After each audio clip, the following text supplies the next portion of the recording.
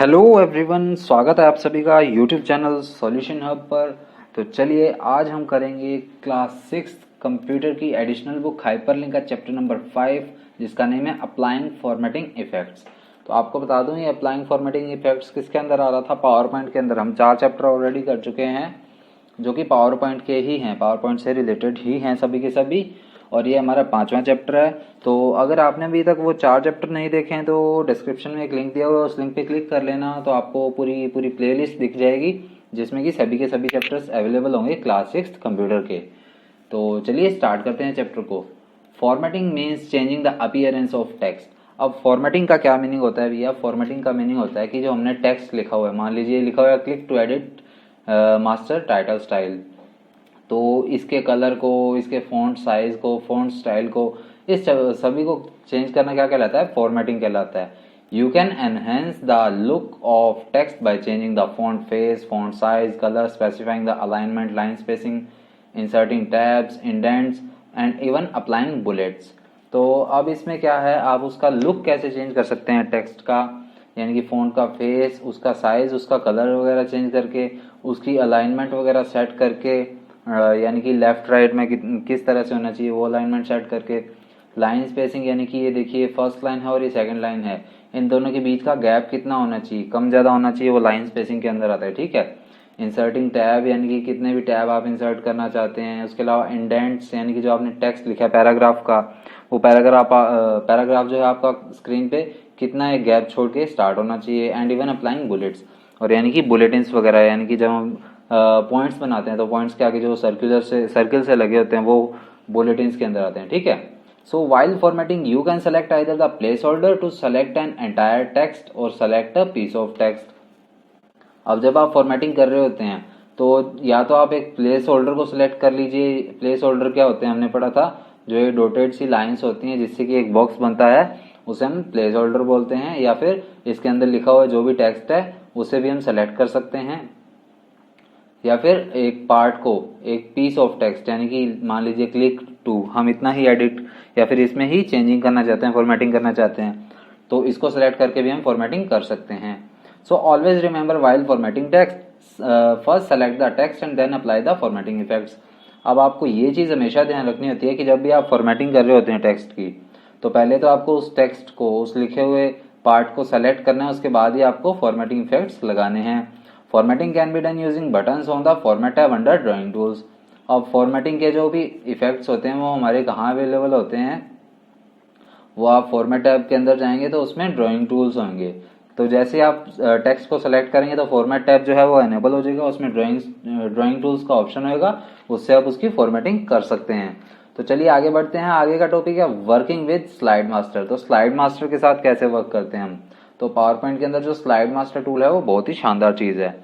So the slide master is an element of the template that stores information including font style, place holder size, position of text and objects, bullet style, background design and colour scheme.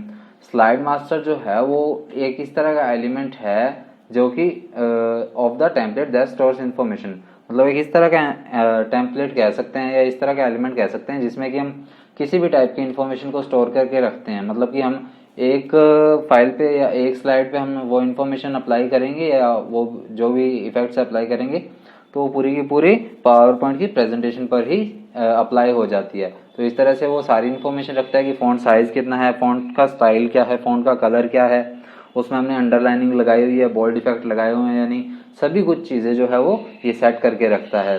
Slide master sets the default layout and formatting for all other slides.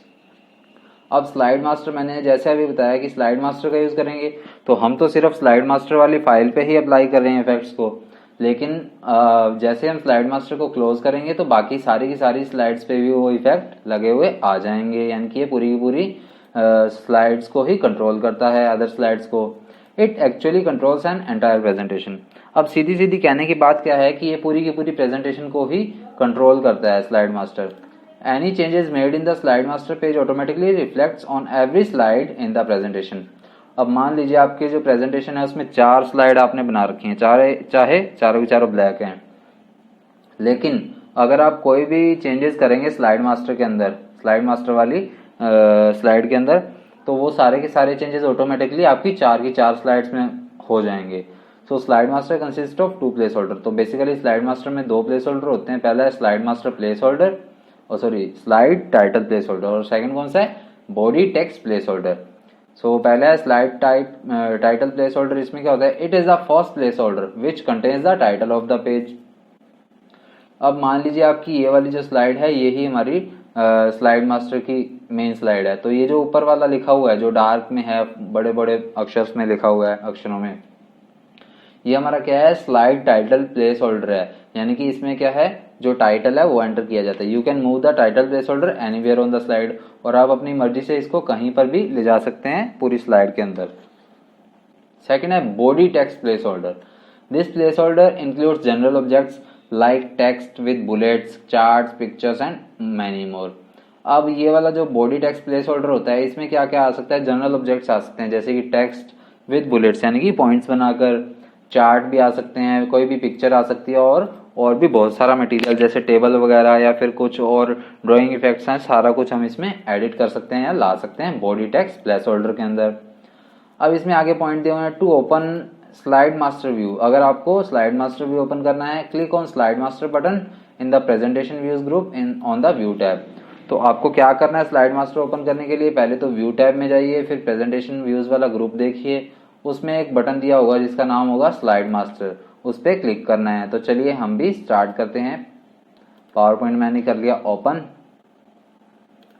और इसमें view tab में गए हम। Presentation view में हमें कहीं भी नहीं दिख रहा स्लाइड मास्टर, क्योंकि हम जो रीडिंग कर रहे हैं वो 2007 विंडो के अकॉर्डिंग है, बट जो मैं आपको प्रैक्टिकली दिखा रहा हूँ वो 2010 विंडो के अकॉर्डिंगली है। तो थोड़े बहुत जो फीचर्स हैं वो अपडेट हुए हैं। तो ये देखिए मास्टर व्यूज में दिया हुआ है स्लाइड मास्टर, तो मैंने इस पर क्लिक कर लिया।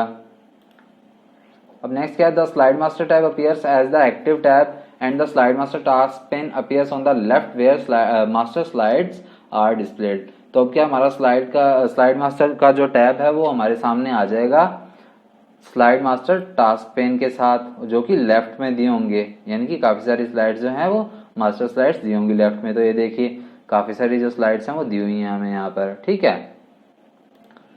सो click on themes button in the edit theme group on the slide master tab and select the desired theme from the displayed list. तो अब आपको क्या करना है, थीम्स वाले बटन पे क्लिक करना है, जो कि आपका स्लाइड मास्टर टैब के अंदर जो थीम्स का बटन होगा उसमें क्लिक करना है आपको।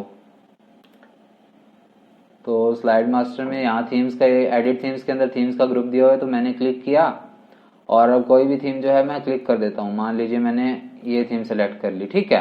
तो ये देखिए सारे के सारे पे यही थीम अप्लाई हो गई है, ठीक है।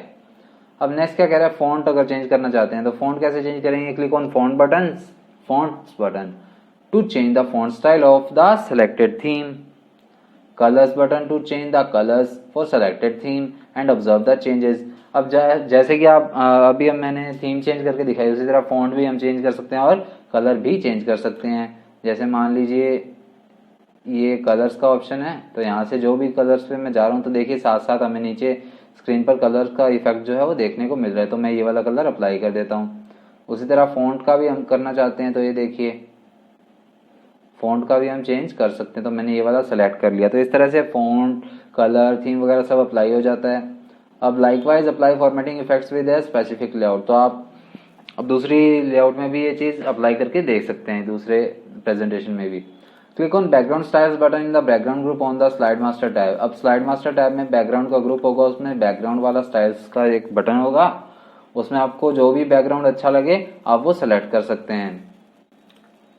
तो ये देखिए यहाँ पर ये बैकग्राउंड वाला जो ग्रुप है उसमें बैकग्राउंड स्टाइल्स का बटन है, उसमें जो भी आप बैकग्राउंड चाहते हैं, मैंने ये बैकग्राउंड लेना चाहे तो मैं इस पर क्लिक कर दिया। तो ये देखिए हमें यहाँ पर इफेक्ट दिख गए। अब नेक्स्ट क्या है, remember that text on the master slide is used only for styling.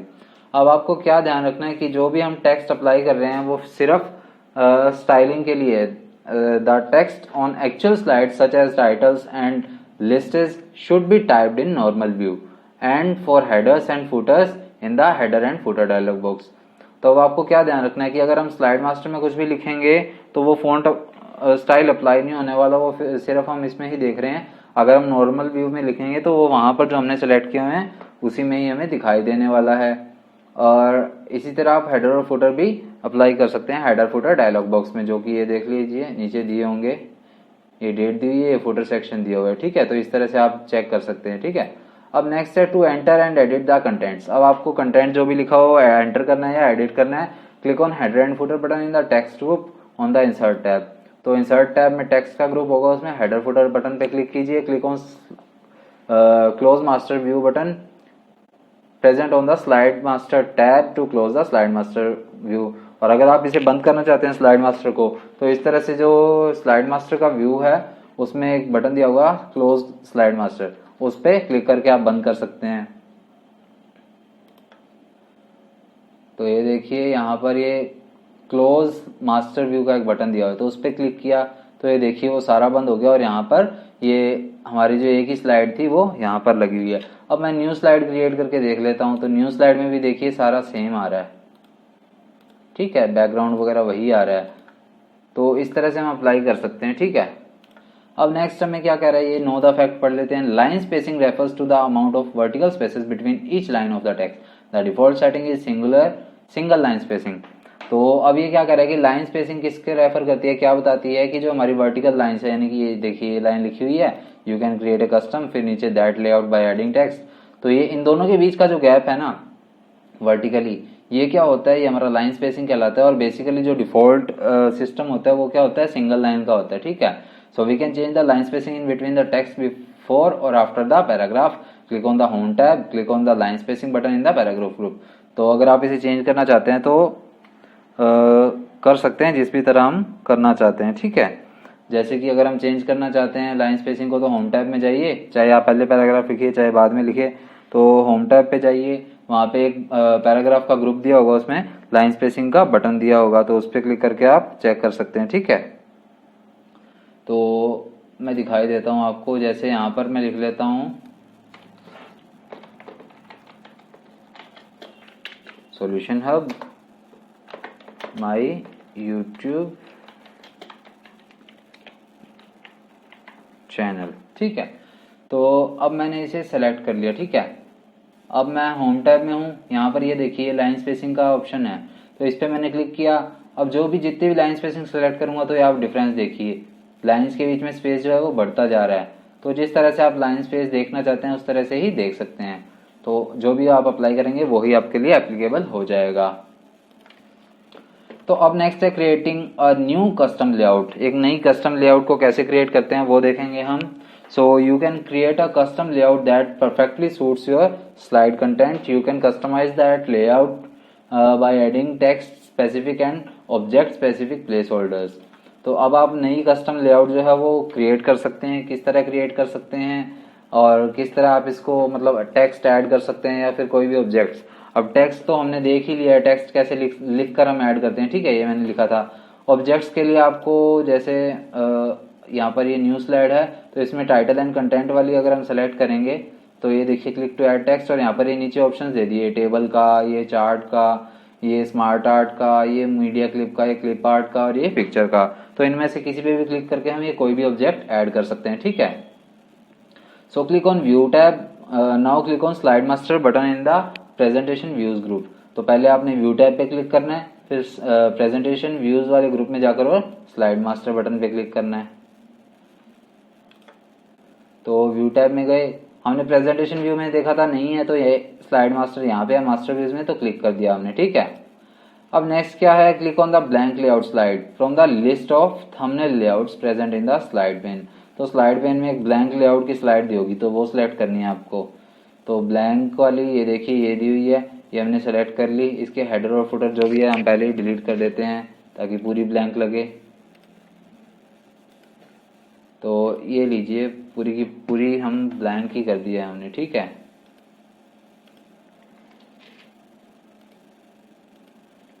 ये लीजिए मैंने पूरी की पूरी स्लाइड जो है वो ब्लैंक कर दी।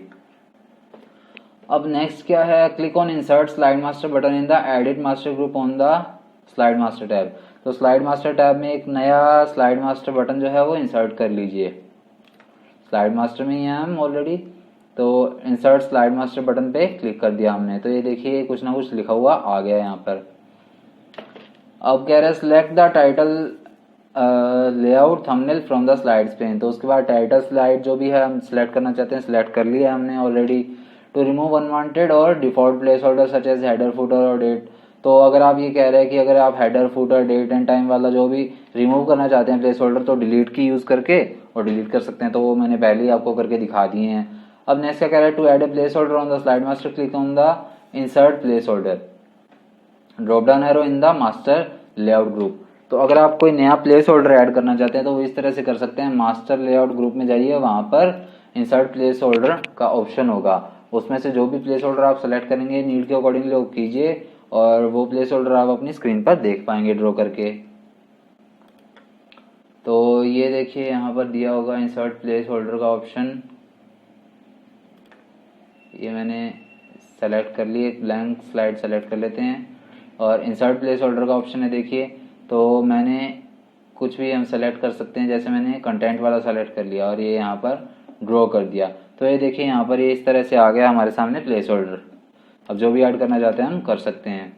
अब नेक्स्ट है चेंजिंग कलर स्कीम। तो कलर स्कीम को कैसे हम चेंज करेंगे, every presentation comes with colour scheme. हर एक प्रेजेंटेशन के अंदर हम कोई ना कोई कलर स्कीम ऐड कर सकते हैं, मतलब कलर स्कीम के साथ ही आती है वो presentation. So you can change the colour scheme of the complete presentation और ए सिंगल स्लाइड।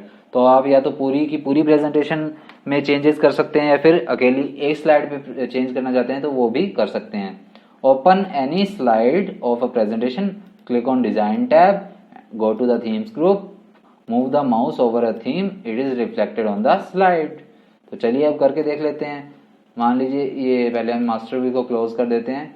तो मान लीजिए मैंने इस पे क्लिक कर लिया किसी भी स्लाइड पे, अब डिजाइन टैब में गया और यहाँ पर ये देखिए इतने सारे थीम्स वाले ग्रुप के अंदर इतने सारे ऑप्शंस दे रखे हैं हमने, तो मैंने इस पे सेलेक्ट कर लिया, ठीक है।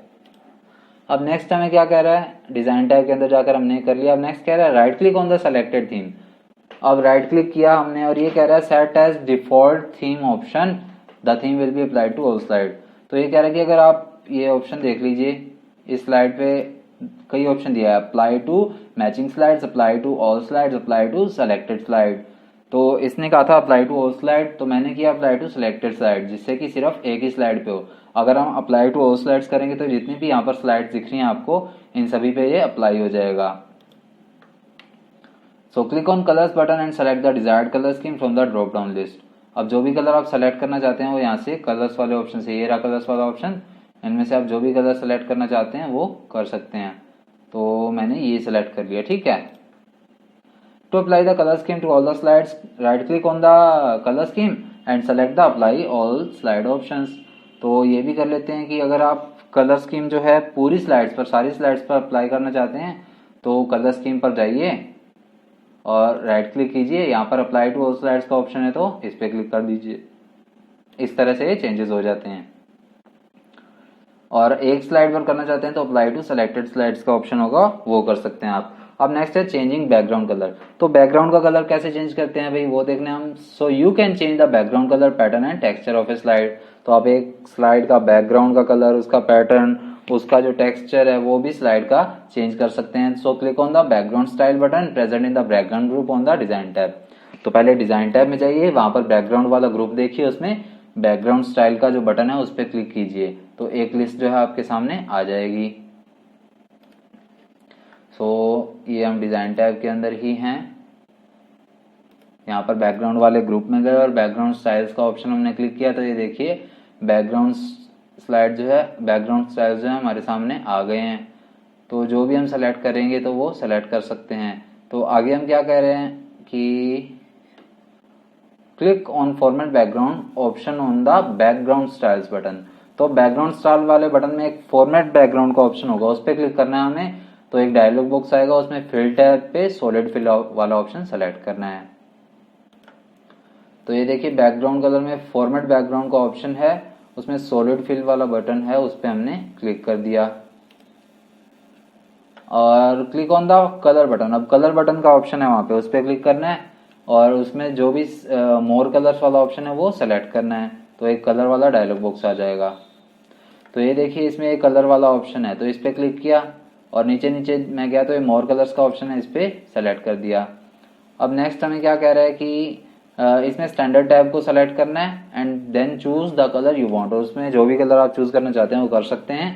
You can also select the custom tab and create your on colour scheme, और उसके अलावा कस्टम टैब वाले ऑप्शन पे जाके भी आप अपनी कलर स्कीम जो है वो चूज कर सकते हैं। Click on okay, you will get the format background dialog box on the screen. Click on apply to all button to apply the colour scheme to all the slides. Click on close button to close the dialog box. अब ये कह रहा है कि okay button पर click कीजिए, आप वापस से फॉर्मेट बैकग्राउंड डायलॉग बॉक्स में आ जाएंगे। उसके बाद क्लिक ऑन अप्लाई बटन पे क्लिक कीजिए, और उसके बाद क्या होगा, जब आप क्लोज बटन पे क्लिक करेंगे तो वो डायलॉग बॉक्स जो है वो बंद हो जाएगा।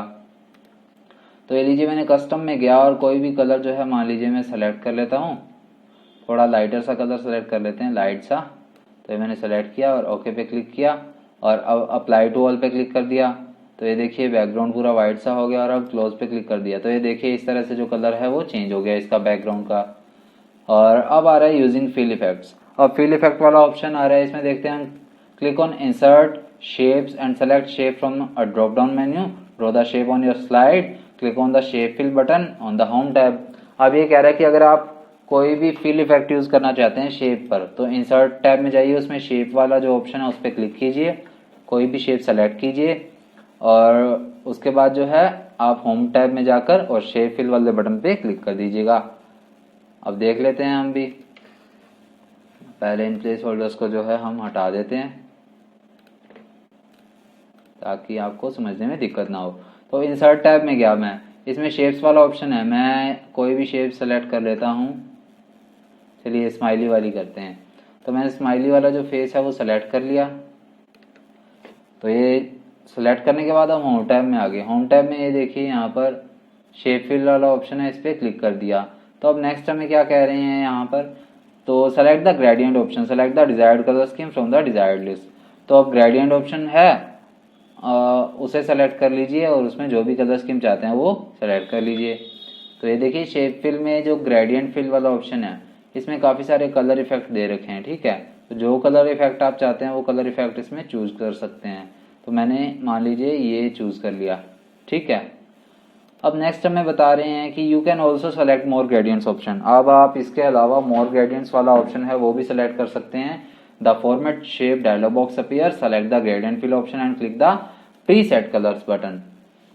Select the desired colour scheme from the drop down list. अब ये कह रहे हैं कि जैसे हमने ग्रेडियंट ऑप्शन सेलेक्ट किया है, उसके अलावा मोर ग्रेडियंट्स का भी ऑप्शन होगा वहां पर, उसमें जाना है तो हम उस पर क्लिक करेंगे तो फॉर्मेट शेप वाला जो डायलॉग बॉक्स है वो आ जाएगा। उसमें जो भी हम ग्रेडियंट फिल करना चाहते हैं वो ऑप्शन सेलेक्ट करेंगे और प्रीसेट कलर पे क्लिक कर देंगे, और फिर उसमें जो भी लिस्ट आएगी उसमें जो भी हम कलर सेलेक्ट करना चाहते हैं डिजायर्ड कलर वो सेलेक्ट कर सकते हैं। तो ये मैंने शेप सेलेक्ट की, शेप फिल में गया, ग्रेडियंट में गया, तो इसमें मोर ग्रेडियंट्स का ऑप्शन है, मोर ग्रेडियंट पे क्लिक किया। अब ग्रेडियंट फिल पे मैंने जाकर देखा तो प्रीसेट कलर वाला ऑप्शन है, तो प्रीसेट पे मैंने जैसे क्लिक किया ऑप्शन आगे नीचे काफी सारे, तो अब जिस भी ऑप्शन पे क्लिक करूंगा वो ऑप्शन जो है यहाँ पर अप्लाई हो जाएगा। तो मान लीजिए मैंने इस पे अप्लाई किया और फिर क्लोज कर दिया, तो ये देखिए यहाँ पर ये हमारे सामने आ गया इफेक्ट। उसके अलावा we can fill texture by selecting the picture और texture fill option, click on the texture button. तो अगर हम टेक्सचर फिल करना चाहते हैं तो वहां पर वो भी ऑप्शन अवेलेबल था, उससे भी हम टेक्सचर फिल कर सकते हैं। Drop down list appears with inbuilt texture, click on any texture from the list. तो हम टेक्सचर लगाना चाहते हैं तो जो भी लिस्ट में टेक्सचर्स आएंगे उन्हें लगा सकते हैं। तो चलिए दिखा देता हूँ आपको। मैंने सेलेक्ट किया, वापस से शेप फिल में गया, ग्रेडियंट फिल में मोर ग्रेडियंट्स वाले ऑप्शन पे क्लिक किया, इसमें ये रहा पिक्चर और टेक्सचर फिल, इस पे क्लिक किया। अब ये देखिए टेक्सचर वाला ऑप्शन है, तो टेक्सचर वाले ऑप्शन पे क्लिक करके देखेंगे तो काफी सारे ऑप्शन आ गए हैं, ठीक है। अब जिस भी ऑप्शन पे हम क्लिक करेंगे वो यहाँ पर अप्लाई हो जाएगा, तो मैंने पहले पर ही कर दिया। और फिर अब देख लेते हैं हम साइड करके इसको, तो ये देखिए टेक्सचर फिल हमारे सामने आ गया है। अब नेक्स्ट क्या, to insert a picture as a texture. तो अगर आप एक पिक्चर को जो है ऐड करना चाहते हैं टेक्सचर के रूप में, so click on clip art button on the format picture dialog box. तो वहां पर फॉर्मेट पिक्चर वाला जो डायलॉग बॉक्स है उसमें क्लिप आर्ट का बटन होगा, उस पर क्लिक करना है तो सेलेक्ट पिक्चर डायलॉग बॉक्स जो है हमारे सामने आ जाएगा। उसमें जो भी choose the required picture of your choice, तो अपनी चॉइस की कोई भी पिक्चर है उस पर क्लिक कीजिए और ओके पे क्लिक कीजिए, नया कलरफुल इफेक्ट आपको देखने को मिलेगा। तो चलिए देखते हैं, ये टेक्सचर के नीचे वाली लाइन में ही क्लिप आर्ट का ऑप्शन है, तो उस पर मैंने क्लिक किया तो ये देखिए काफ़ी सारी पिक्चर जो है हमारे सामने आ गई हैं। तो जो भी पिक्चर मैं सेलेक्ट करना चाहता हूँ वो यहाँ पर सेलेक्ट कर सकता हूँ जिससे कि वो ऐड हो जाएगी। तो चलिए ये मोटर बाइक को ही ऐड करते हैं और ओके पे क्लिक किया तो ये देखिए ये मोटर बाइक जो है स्माइली के बीच में आ गई है हमारे सामने। अब और कोई क्लिप आर्ट ऐड करना चाहते हैं वो भी कर सकते हैं हम, जैसे सेंटा को हम ऐड करते हैं। चलिए तो ये देखिए सेंटा जो है हमारे सामने आ गए हैं। ठीक है, तो इसी तरह से हम इफेक्ट जो है अप्लाई कर सकते हैं। अब है अप्लाई फॉर्मेटिंग इफेक्ट्स। तो फॉर्मेटिंग इफेक्ट को कैसे अप्लाई करते हैं, मतलब फॉर्मेटिंग कैसे करते हैं इफेक्ट्स की। So click create a new presentation and enter the text as title, select the text. तो अब ये कह रहे हैं कि एक नई प्रेजेंटेशन ओपन कर लीजिए, आप पुरानी वाली को छोड़िए और नई ऐड कीजिए और उसमें कुछ भी टेक्स्ट लिख लीजिए और उसको सेलेक्ट कीजिए। तो चलिए नई प्रेजेंटेशन ओपन करते हैं। सो ये रहा न्यू का ऑप्शन, ब्लैंक प्रेजेंटेशन सेलेक्ट की और क्रिएट कर दी। तो ये देखिए हमारे सामने आ गई है। अब मैं टाइटल वाले में लिख देता हूँ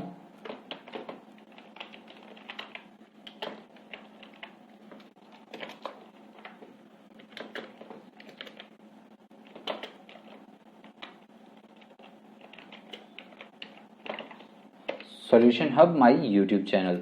तो अब ये कह रहे हैं कि click on font drop down list in the font group on the home tab. तो होम टैब में जाइए, उसमें फॉन्ट ग्रुप होगा, उसमें फॉन्ट वाला जो बटन है उस पर क्लिक करना है। कोई भी फॉन्ट सेलेक्ट कीजिए और उसके बाद आप चेंजेस देख सकते हैं।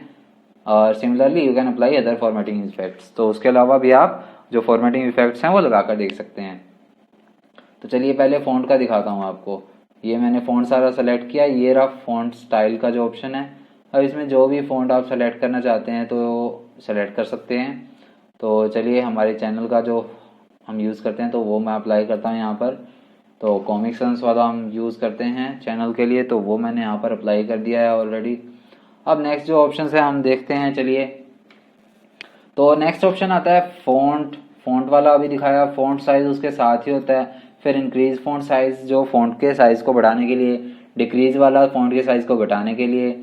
उसके बाद है फॉर्मेट पेंटर ब्रश जो कि फॉर्मेटेड टेक्स्ट है उसको कॉपी करने के लिए अदर सिलेक्शन में। उसके अलावा ये बोल्ड, इटैलिक और अंडरलाइन वाले ऑप्शन है।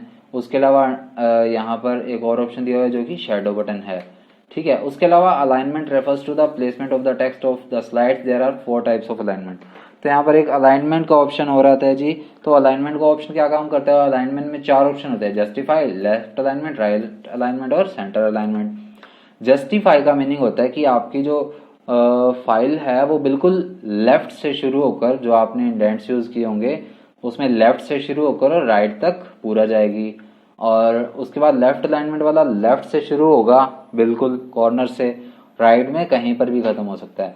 और जो राइट अलाइनमेंट है उसमें लगभग मिडल से शुरू होगा बट राइट वाली कॉर्नर्स जो हैं वो पूरी फिल होंगी।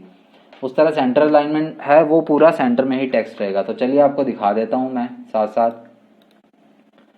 मैंने सेलेक्ट किया। अब फॉन्ट वाला तो आपको दिखा दिया, फॉन्ट साइज दिखा देता हूँ आपको। जैसे जितना भी साइज आप रखना चाहते हैं, मान लीजिए 24 रखा। अब बढ़ाना चाहता हूँ तो ये रहा इंक्रीज फॉन्ट साइज का, तो जितना बढ़ाएंगे हम बढ़ा सकते हैं। डिक्रीज वाले से घटा सकते हैं। उसके अलावा ये बोल्ड वाला है, बोल्ड कर सकते हैं इसको। इटैलिक करना चाहते हैं तो इटैलिक, अंडरलाइन करना चाहते हैं तो अंडरलाइन, शेडो देना चाहते हैं तो शेडो। ठीक है, उसके अलावा ये रहे हमारे जो अलाइनमेंट बटन हैं। तो ये बिल्कुल लेफ्ट से शुरू करने के लिए है। तो ये लीजिए दोनों लाइंस लेफ्ट से शुरू हुई, राइट में कहीं पर भी खत्म हो रही हैं।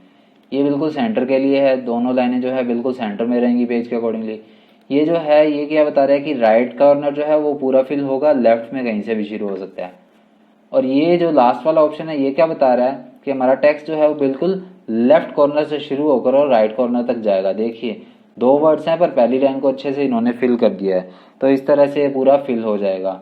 तो चलिए इसी को हम सेलेक्ट करेंगे सेंटर वाले को और आगे बढ़ेंगे। अब आगे है अप्लाइंग इंडेंट्स। अब इंडेंट्स की मैंने अभी लास्टली बात की थी। तो इंडेंट्स कैसे अप्लाई होते हैं। Indenting feature is used to move a paragraph और the first line a specific number of places from the left or right margin to apply indenting follow the steps। तो अब इंडेंटिंग फीचर क्या काम आता है, अगर हमने कोई पैराग्राफ लिखा हुआ है या फिर एक लाइन लिखी हुई है तो वो कहाँ से शुरू हो उस पेज पे, उसके लिए यूज किया जाता है। ठीक है, तो ये किस तरह से करते हैं, select the paragraph which you want to indent. अब जिसे भी आप इंडेंट करना चाहते हैं उसे सेलेक्ट कीजिए। Drag the left line indent marker towards the right side. अब जो बिल्कुल लेफ्ट लाइन इंडेंटिंग मार्कर होगा, ये देख लीजिए यहाँ पर ऑप्शन में दिखाया भी हुआ है, फर्स्ट लाइन इंडेंटिंग मार्कर और लेफ्ट लाइन इंडेंटिंग मार्कर। एक ऊपर की तरफ होता है वो फर्स्ट लाइन का होता है और नीचे की तरफ लेफ्ट इंडेंट मार्कर होता है। सो लेफ्ट इंडेंट मार्कर जो है उसे सेलेक्ट कीजिए और राइट साइड में ले जाइए। अगर आप पैराग्राफ को सेलेक्ट कर रहे हैं, नीचे वाले लाइन को सेलेक्ट कर रहे हैं सेकंड को, to indent the first line of the paragraph drag the first line indent marker towards the right side. और अगर आप पहली लाइन को ही सेट करना चाहते हैं तो वो इस तरह से आप कर सकते हैं राइट साइड में ले जाकर। अब नोट में क्या कर रहा है कि in case the ruler is not visible, अगर आपके सामने वो रूलर नहीं दिखाई दे रहा है जिससे कि इंडेंटिंग होती है, so we can enable it by clicking on view tab, show या hide group, select ruler check box. सो अगर आपको वो नहीं दिखाई देता है तो व्यू टैब में जाइए, वहां पर शो या हाइड ग्रुप में जाइए और उसमें रूलर का चेक बॉक्स होगा, उसे सेलेक्ट कीजिए। तो हम देख लेते हैं कि हमें दिखाई दे रहा है नहीं, हमें ऑलरेडी दिखाई दे रहा है। तो मान लीजिए आपको नहीं दिखाई देता तो व्यू टैब में गए और व्यू टैब में हमें कहा था शो वाला ग्रुप। शो वाले ग्रुप में ये देखिए रूलर का चेक बॉक्स है। अगर मैं इस चेक बॉक्स को हटा दूंगा तो ये देखिए गायब हो गया और अगर क्लिक करूंगा तो ये देखिए आ गया वापस। तो अब मान लीजिए मैं इसको कर रहा हूँ, पहली लाइन के लिए तो ऊपर वाला यूज होगा और सेकंड लाइन के लिए नीचे वाला। तो चलिए नीचे वाले को ही सेट करते हैं। पहले इसका जो अलाइनमेंट है वो सेट कर लेते हैं। पूरे टेक्स्ट का अलाइनमेंट हम लेफ्ट से शुरू करते हैं, ठीक है। अब मैं नीचे वाला सेट करना चाहता हूँ सेकंड लाइन के लिए, तो चलिए इसको हटाते हैं। ये दोनों ही एक साथ आ गए हैं शायद, इसलिए हो रहा है। तो ये देखिए अगर मैं नीचे वाले को रिमूव करूँगा राइट साइड में तो वो राइट साइड में चल जाएगा। अगर ऊपर वाले को करूँगा तो वो पहली लाइन के लिए यूज़ होगा, ठीक है। तो जो ऊपर वाला इंडेंटिंग होता है वो किस लिए यूज़ होता है, पहली लाइन सॉरी, ऊपर वाला इंडेंटिंग यूज़ होता है पहली लाइन के लिए और नीचे वाला इंडेंटिंग होता है बाकी लाइंस के लिए, सेकंड, थर्ड, फोर्थ, फिफ्थ जितनी भी लाइंस होती हैं। और इनको इक्वली ले आएंगे तो दोनों लाइंस जो है वो बराबर दिखाई देंगी हमें, ये देख लीजिए।